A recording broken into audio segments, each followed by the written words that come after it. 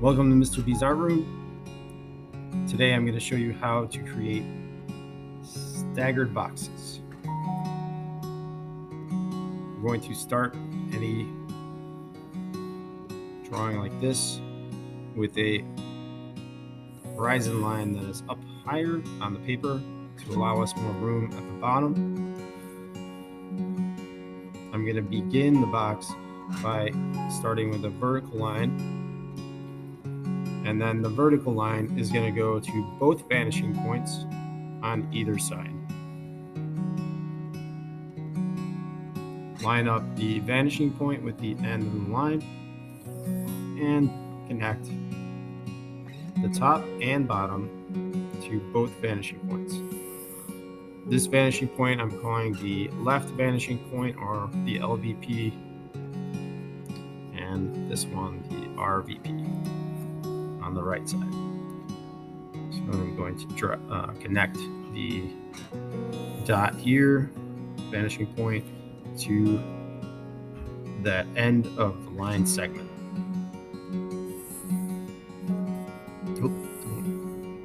Have your thing move on you like that. So next I am going to define the end of the wall by lining my ruler up with the very corner of these two walls, and I'm going to slide it to the left, and at some point down this stretch I'm going to just close that off where I want it to stop. I'm going to do the same thing on the right side, and it doesn't matter whether they are the same. It could be any combination. One could be longer than the other. It's just your choice. Once I've done that, I am going to erase outside of those lines because I no longer need these guidelines anymore. This is why we're going to draw very lightly when we're drawing in perspective, because there's going to be a lot of erasing. Once I have defined where the wall ends, I'm going to line up that corner, the left corner, and I'm going to line it up with the opposite vanishing. I'm going to draw a line from the left corner to the right vanishing. I'm then going to do the opposite here, so I'm going to go to the right corner, line it up with the left vanishing. Where those two lines intersect is where it will stop. So I'm going to stop my line there and erase the extra guideline that I created with the first line. So now I've basically made a very short, very long box that's resting on the ground. So from here, I'm going to go to the next stage, which is dividing up the two walls on the right side and the left. I'm going to divide it up into even number of sections. And as you go across, I'm just sliding my ruler across and using straight lines. They need to be parallel to this corner. So see how nice and straight this is? I want to make sure that my ruler is not tilting or bending in any way. I want to keep it nice and straight. I'm going to count the number of sections I have here. 1, 2, 3, 4, 5. And I want to make sure that I have an even number. So I'm going to divide this section into two smaller pieces. I'm going to do the same thing on this side, creating sections. There's 3, 4, 5, 6.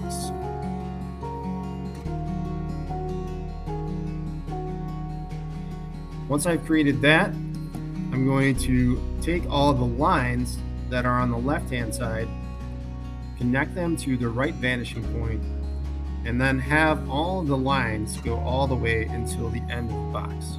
So they're going to stop back here. They're not going to continue to go because I don't need them outside of the box area. And every time I do this, I line it up with the right vanishing point first, and I move my ruler to the line. I'm going to do that for each one of these, starting at the back of the box and coming to meet the line in the front.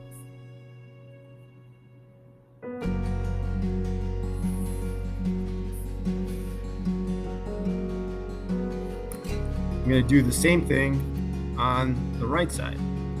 So I'm going to line up my left vanishing point with the ruler and connect it with the top of each line.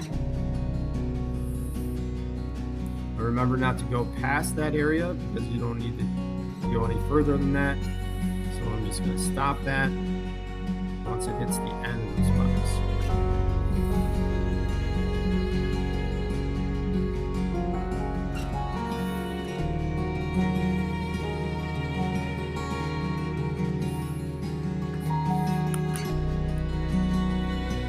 So I basically created a giant, kind of like a Rubik's Cube in a way.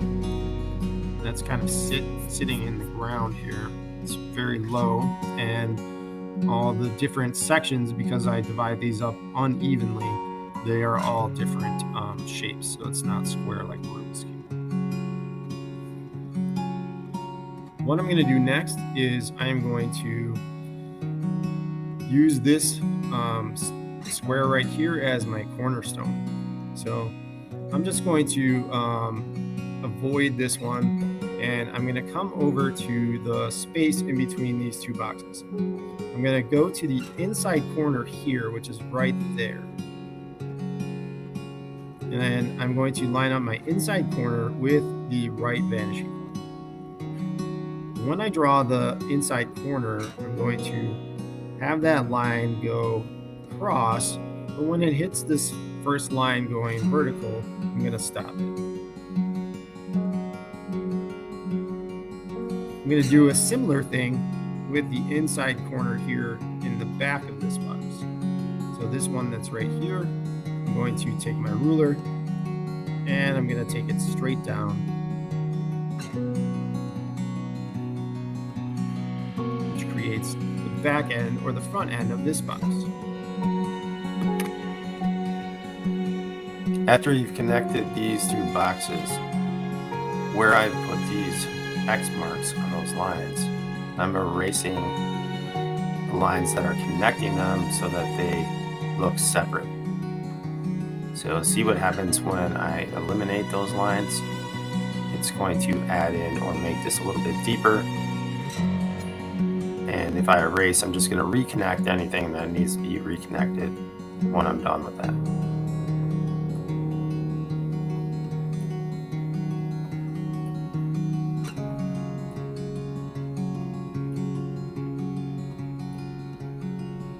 If I want to extend this box going further, I'm going to add a second vertical line going straight down and erase the two, so that I'm adding a second connection. This makes that cutout 2 boxes deep, and the back wall being that angle that I just added.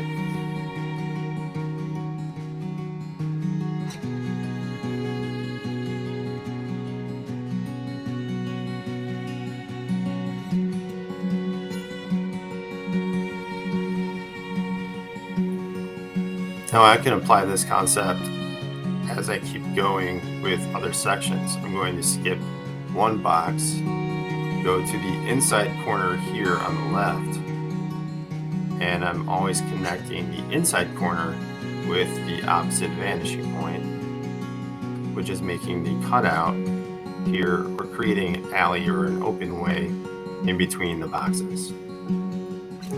So to create the back line, I'm going to the top inside corner and bring a vertical line straight down. Then I'm going to go and erase my connecting lines so that creates separation between the two boxes.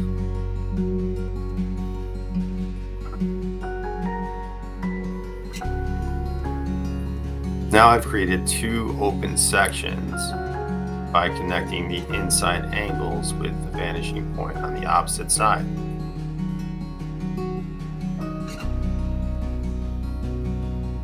I can apply this concept to the right side by going to the inside corner on the right side and connecting it with the vanishing point on the left. Draw that angled line until it hits the box next to it. And if I want it to be too deep, I'm going to bring the vertical line going straight down.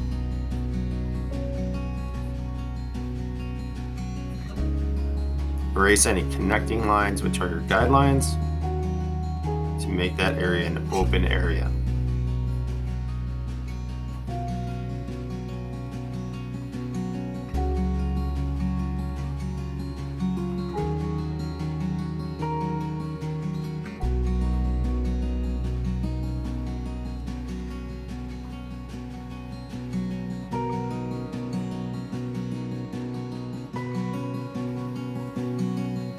Once I've divided all my boxes, I can use my shading pencil to add shadows and different values to show how the light is reacting with the objects. So this back wall, which would be hidden from a light source, would probably be pretty dark, so I'm going to shade that in really dark.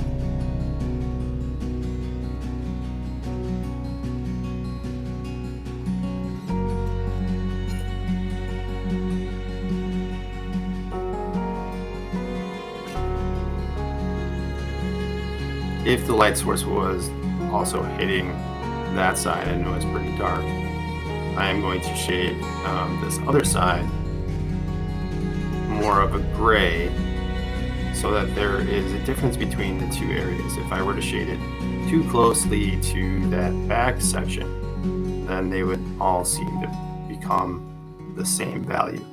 So I want to make sure that I am varying the value. In the next box, I'm going to add a little bit more light gray so that that section is getting more light.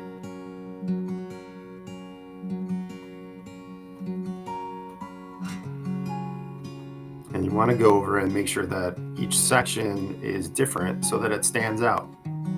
So here I'm shading a little bit more along the edges to make that stand out, to make it dark gray. And the section before that, making it a little bit lighter.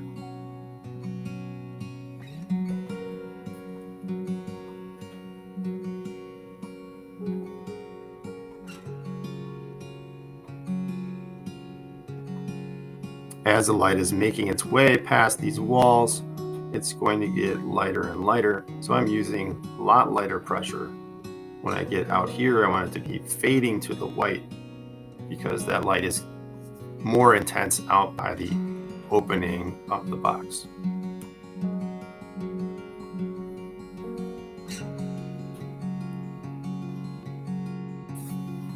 So I've already showed you how you can open up boxes.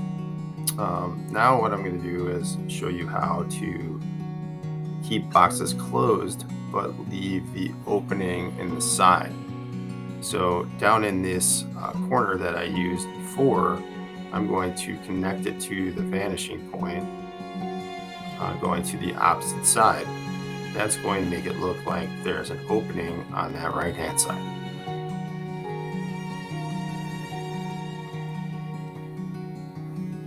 If I want to make it solid, I'm going to erase any lines that cut through that section so that there are no divisions in the top section. I'm going to leave that right side open, and because the light would not be getting inside the box, I'm going to shade it so that it's darker towards the inside and have it fade out towards the outside.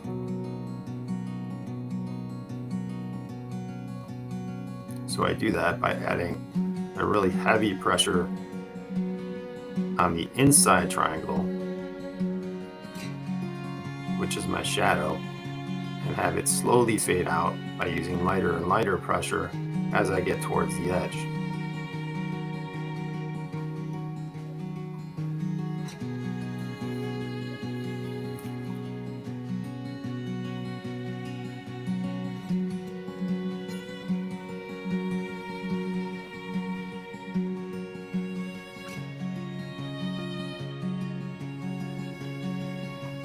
And what I'm going to do finally is just experiment with shading all of these boxes, thinking about how the light is hitting that object and using different pressures to shade it to make it look realistic.